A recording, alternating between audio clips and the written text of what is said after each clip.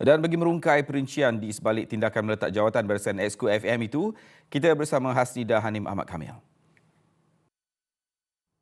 Hari ini FM menggariskan 7 objektif di sebalik keputusan drastik yang dibuat. Paling utama adalah bagi mengelak reputasi dan organisasi bersepak negara itu terus terjejas. FM membuktikan organisasi itu masih memiliki accountability dalam hal ehwal pentadbirannya di mata umum. Selain membuka laluan kepada FIFA dan AFC untuk masuk memperbaiki tadbir urus agar kembali menepati piawaian.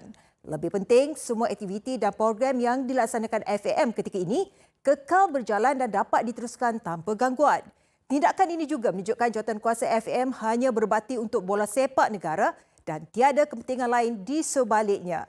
Sekaligus memulihkan imej FAM dalam kalangan pemegang taruh dan komuniti bola sepak keseluruhan.